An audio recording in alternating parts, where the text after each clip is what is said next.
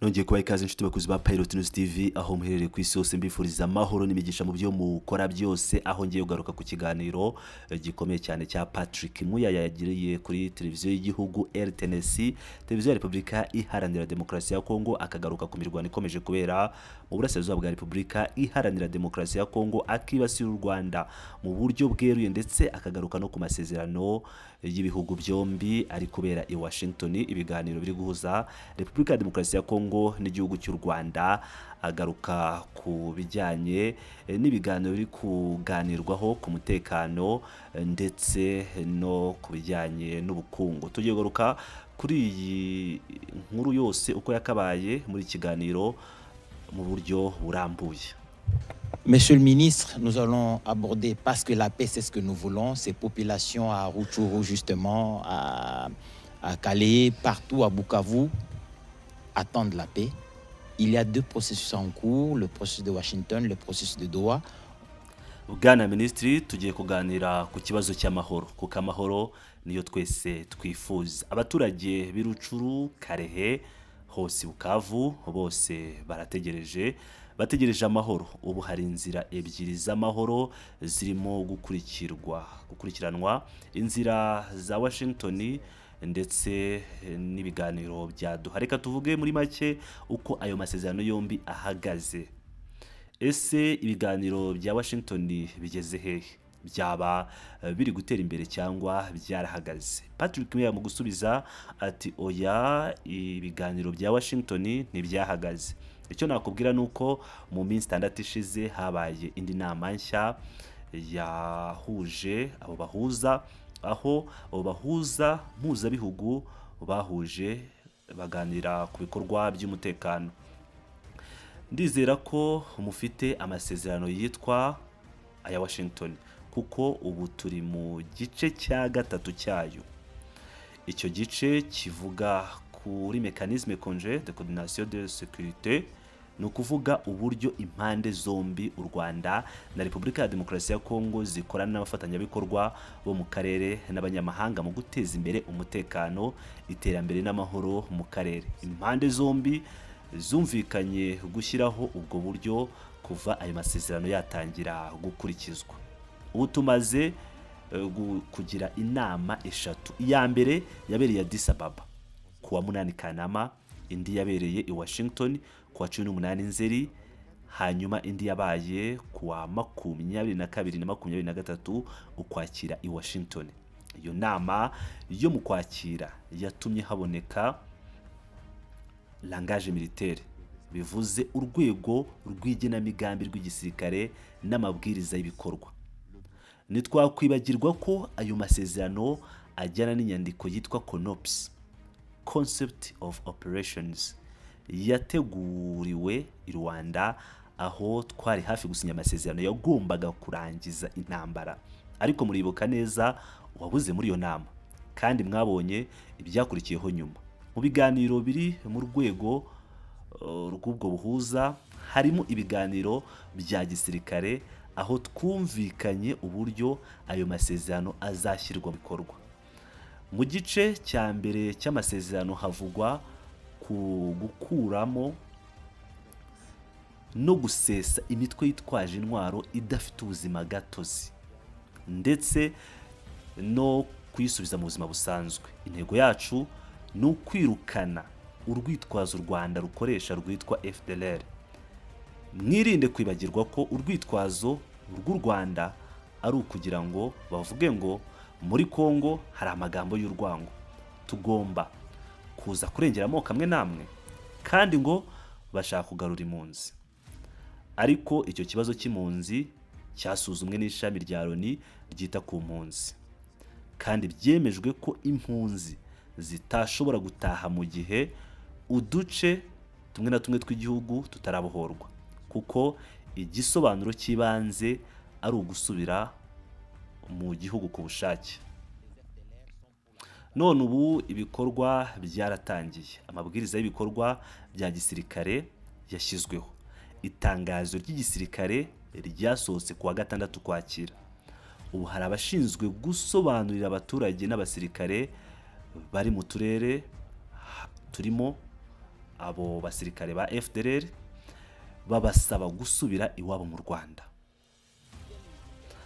Abatazabyemera ikibazo cyabo kizakemurwa mu buryo bwa gisirikare, ariko ntitugomba kwibagirwa ko u Rwanda narwo rugomba gukura abasirikare barwo n'intwaro binjije mu gihugu cyacu mu izina ryo kubyita ngo ingamba z'ubwirinzi.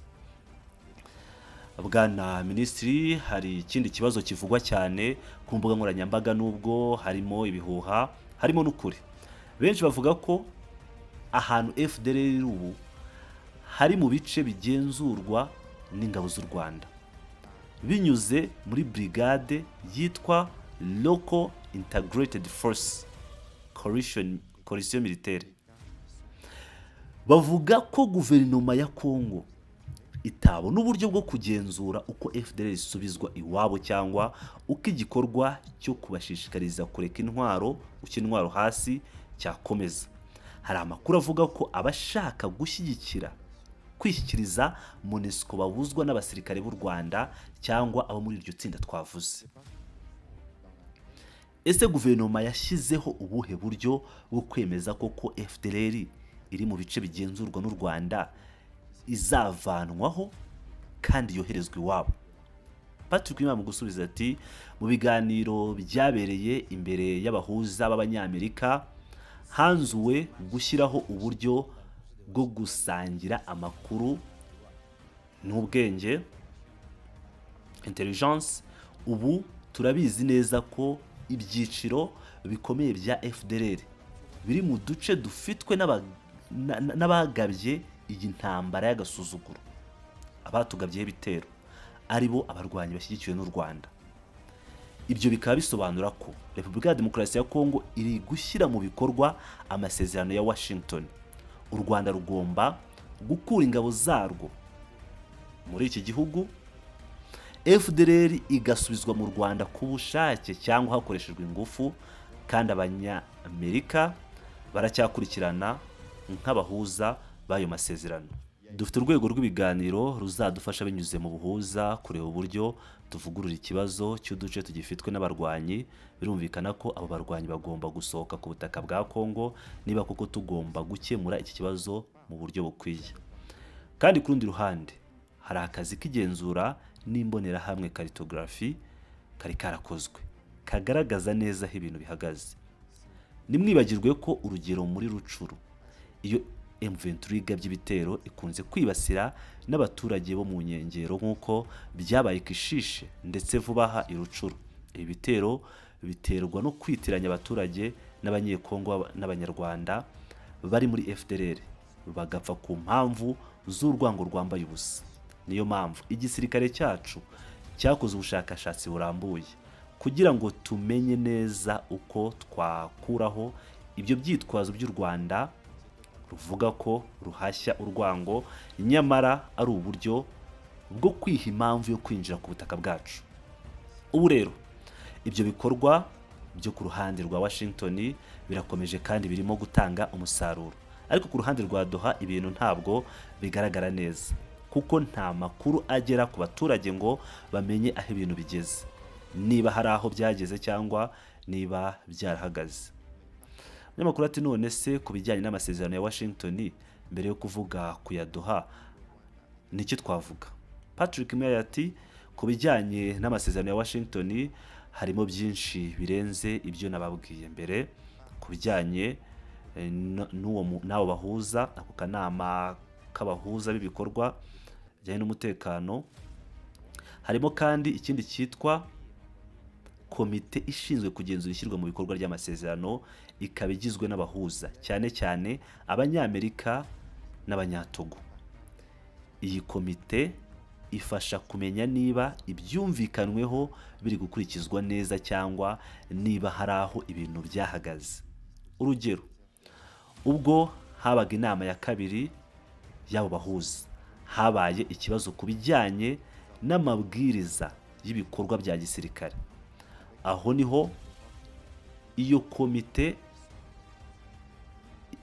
komite ishinzwe kugenzura ishyirwa mu bikorwa ry'amasezerano yagiriye akamaro, kuko yabashije gukemura icyo kibazo no gufungura inzira y'ibikorwa bya gisirikare. Kandi ntitwibagirwe ko amasezerano ya Washington atagarukira gusa ku mutekano, harimo n'igice cy'ubukungu. Kuwa 30 Kanama hashyizweho amasezerano yibanze agamije gushyiraho urwego rw'ubufatanye mu bukungu bw'akarere. Ibiganiro kuri urwo rwego byarangiye hagati ya Repubulika ya Demokarasi ya Kongo n'u Rwanda, ariko ntiturashyira umukono kuri ayo masezerano.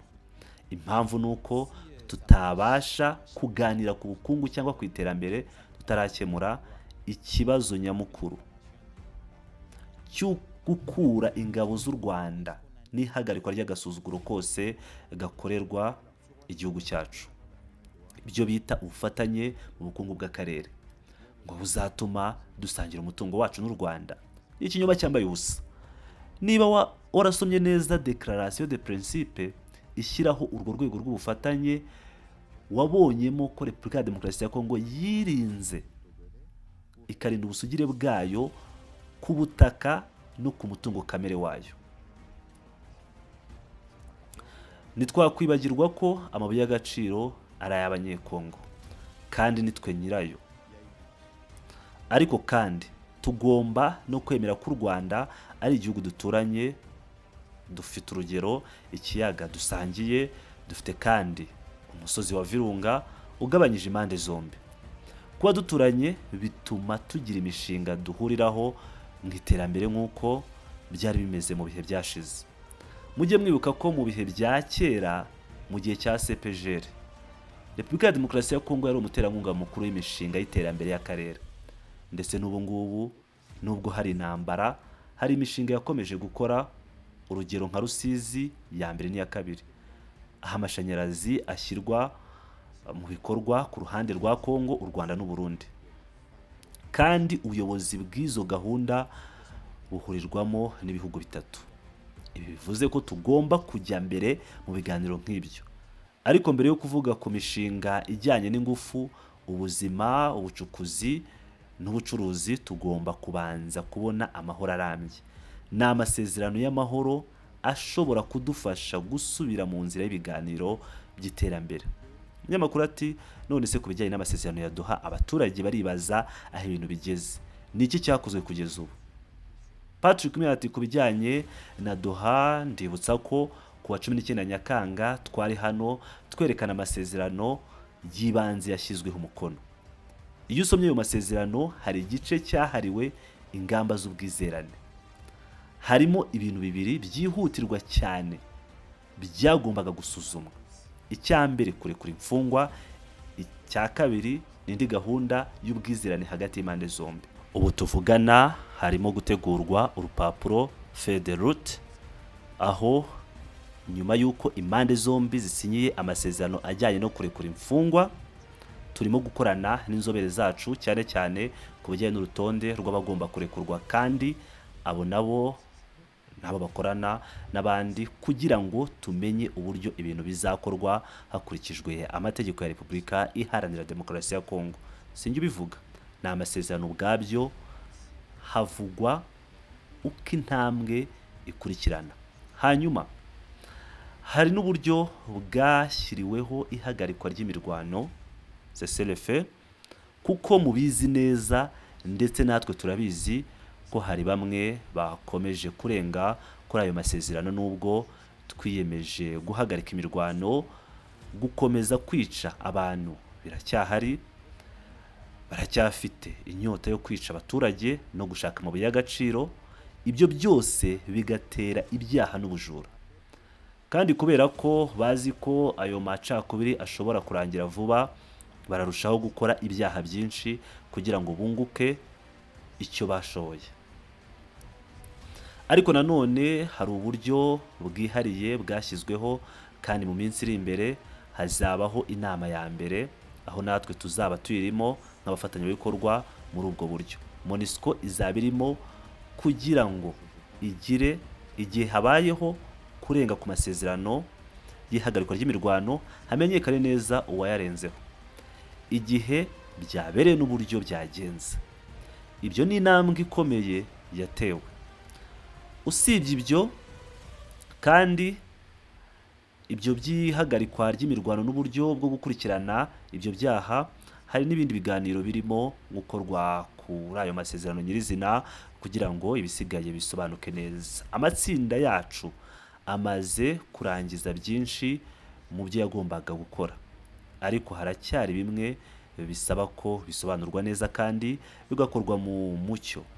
Twibuke kandi ko haba i Washington cyangwa i Doha, nta na rimwe tuzemerera ko hagira ibiganiro bijya ku bintu byahungabanya ubusugire bw'igihugu cyangwa se bigatambamira uruhare rw'igihugu nk'umuyobozi w'igihugu cyigenga.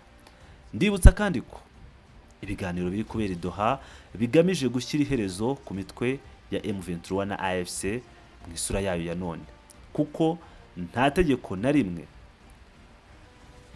nta tegeko nshinga, si mu mategeko y'umuryango wa Afurika yunze ubumwe ndetse no mu mategeko ya Loni ryemera ko umutwe w'abarwanyi ushobora kugenzura cyangwa kuyobora igice cy'igihugu nk'uko biri kubu.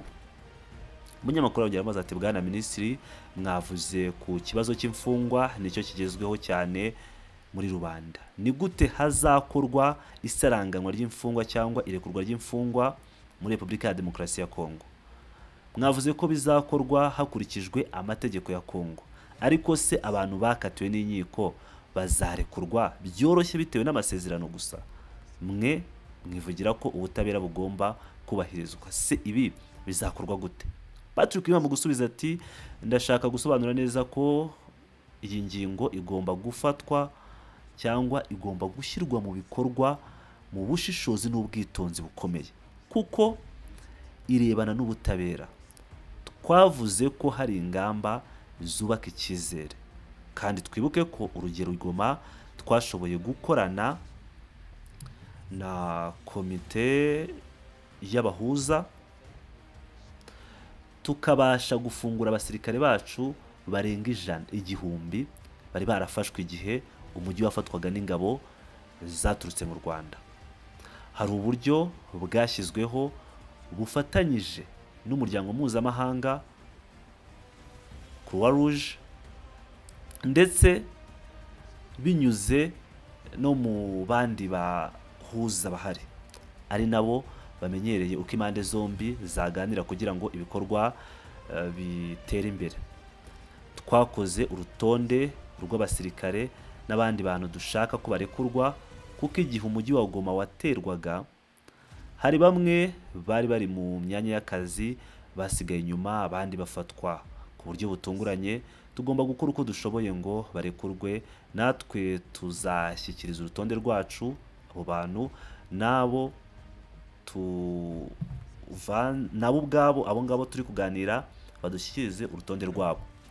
Ni nyuma yaho tuzicara turebe umuntu ku giti cye dukurikije amategeko ya Kongo kugira ngo tumenye uburyo buri kirego cyakemurwa.